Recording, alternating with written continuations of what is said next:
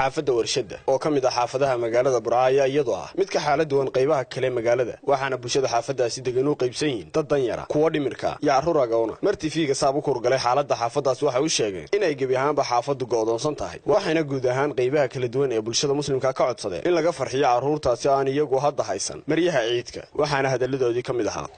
ardayda dhabarkayga taagan oo ka kooban 3 qaybood oo isugu jirta marka arday danyar ah oo aad u jilicsan oo waxa weeyaan marka iyo arday raja iyo agoon labadaba ka kooban marka waxaan ku jirnaa 10kii bishii Ramadaan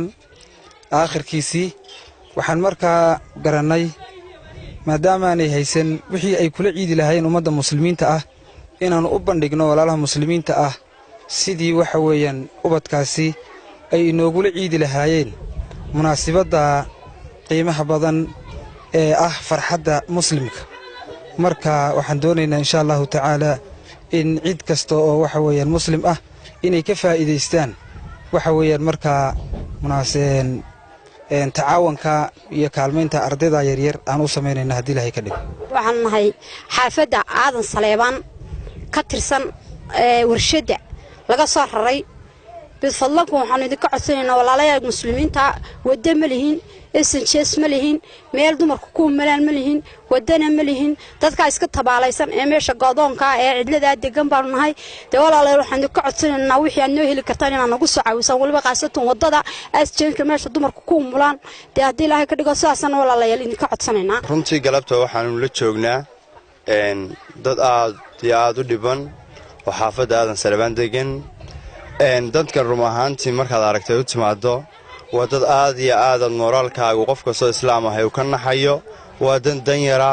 waa dad xanuunsanaya oo dhimir qaba waa dad silsiladaysan waa dadka hay iyo dadka xanuunsanaya aan islaamin waa dad waayeela waa xaafadaad moodo inay go'doon ka tahay oo aan warba lahayn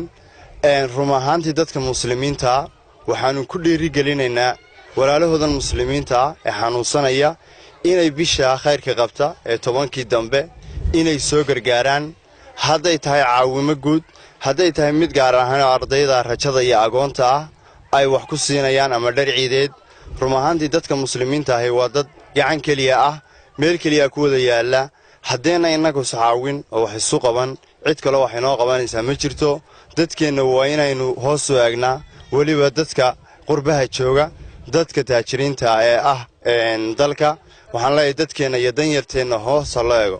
waa bishii khayraadka la bixin jiray waa bishii nabigu sadaqaadku bixin jiray ka badnaan jireen bilaha kale wuxuu bixiyo rumahaantii dadkan wax lagu soo koobi karo maaha maanta warbixintooda waa wax qof yimaada uu arki karo runtii markaan soo gaarnay moraalka aad noo jabay min fadlikum dadkan hala soo caawiyo dawladda iyo gobolka iyo madaxda ha u timaado xasan xamdulla dun Arbeed SAB TV Burco